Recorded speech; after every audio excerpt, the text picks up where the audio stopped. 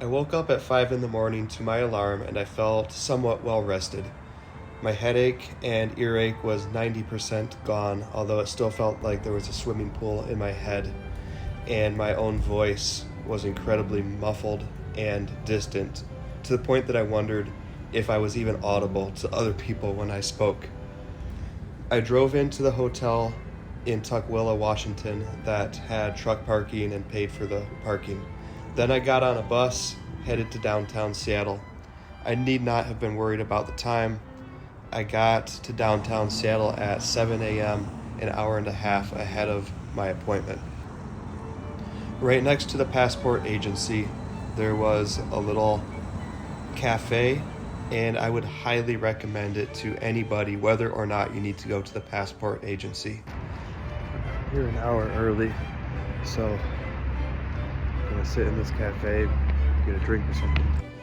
Not only was I able to get the hot tea that I had wanted the day before, but all of the prices were incredibly reasonable, and they had a wide variety of almost anything you could want.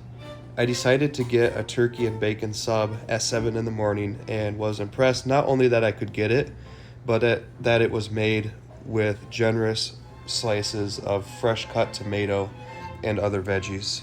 Overall, I would highly recommend this place. It also had a full range of services I did not need to have printed off and gotten my passport photos taken the day before. Everything was available right here. Everything seemed to go quite smoothly when I went into the passport agency. It was very efficient and quick, and the one thing I did not expect was to be told to come back at 2 p.m. I guess I should have expected that, because obviously they're not going to print my passport up on the spot and hand it to me, but I just simply wasn't aware that I would have about 6 hours to kill in Seattle. I set out to make the most of it and began wandering around the city and exploring, which was a welcome break from being in the truck driving all the time. I also tried to put together a more thoughtful, reflective video for day 66, I think, and I simply found that there was too much noise in the city. I couldn't find anywhere where I could get 3 minutes of quiet to record the voiceover that I wanted to record, and I eventually gave up, having made a fair amount of progress, but knowing that I would need to finish the actual video diary sometime later. That was a little bit disappointing to me because I really wanted to get caught up on that, but I decided to continue making the most of it and just explore the city a little bit more. It is, after all, a very interesting city, and being from a small town myself, it's just a lot to wrap your mind around, everything that's going on.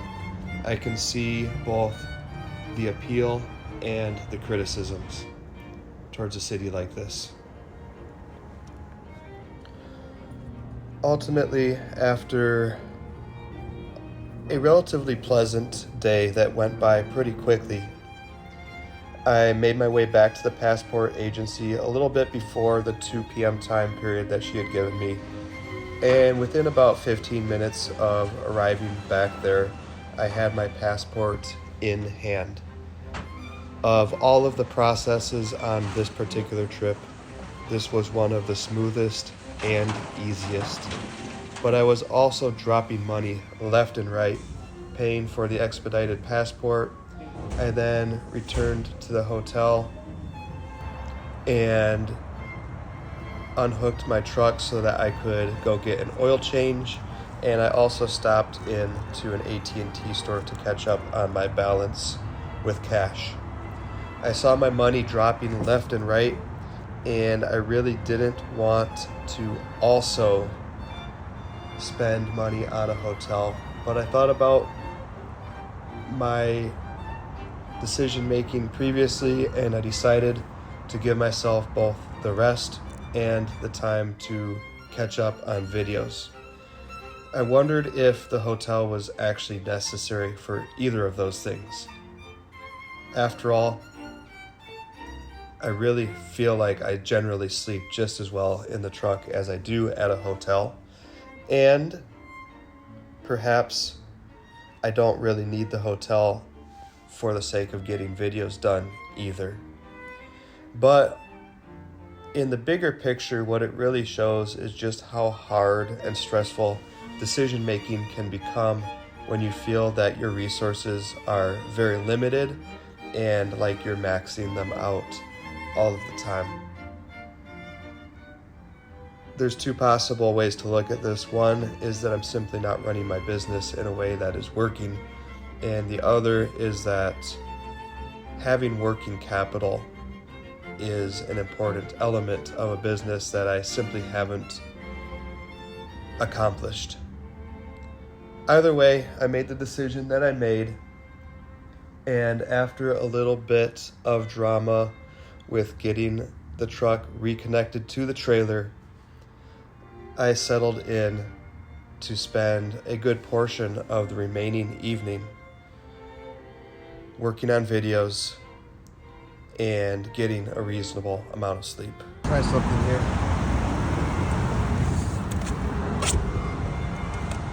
Pull forward just a little bit. This stupid truck would not beep at every little thing.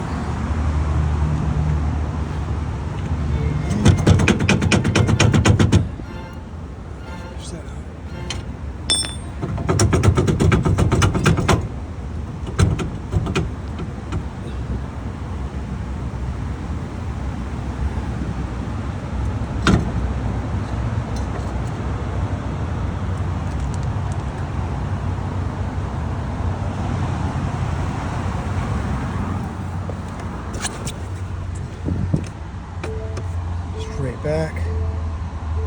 I know the transmission's not in park. I put it in reverse. That's why it's not in park.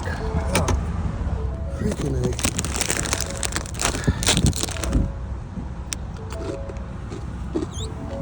Come on.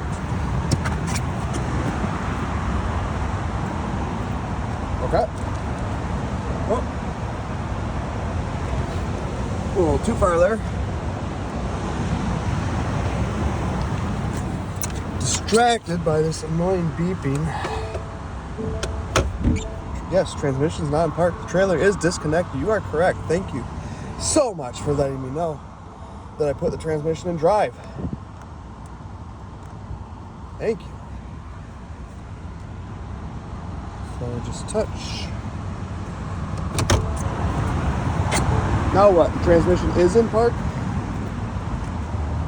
What the heck is going on here?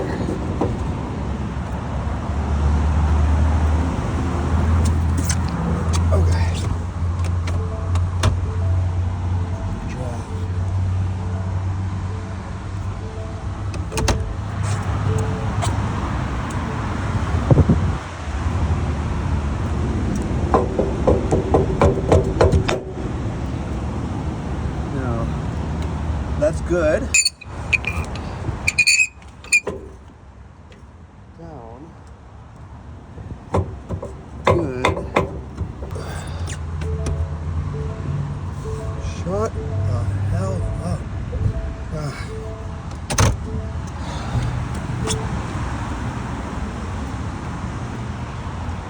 Okay, went in a little too far because I was too busy letting myself get annoyed at the truck. Got to get it to the exact right spot now. Okay. I think maybe this will be close enough that I can.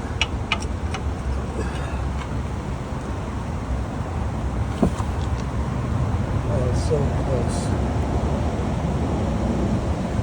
Gotta come forward the tiniest bit more.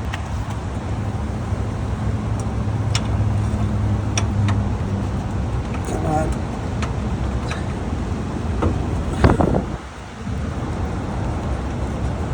Come on.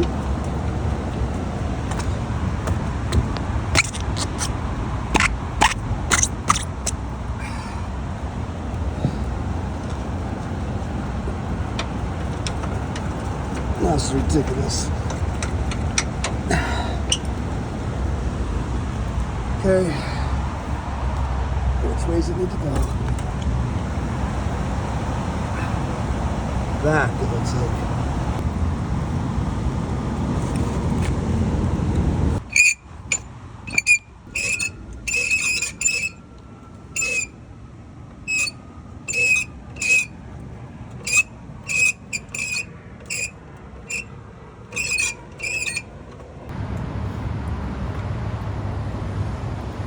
It may have looked like I was a genius to get that figured out and get it to work, but actually I was an idiot who didn't realize I could have brought the jack up high enough to put a 2x4 under it before I raised it the first time and just given it enough clearance to begin with.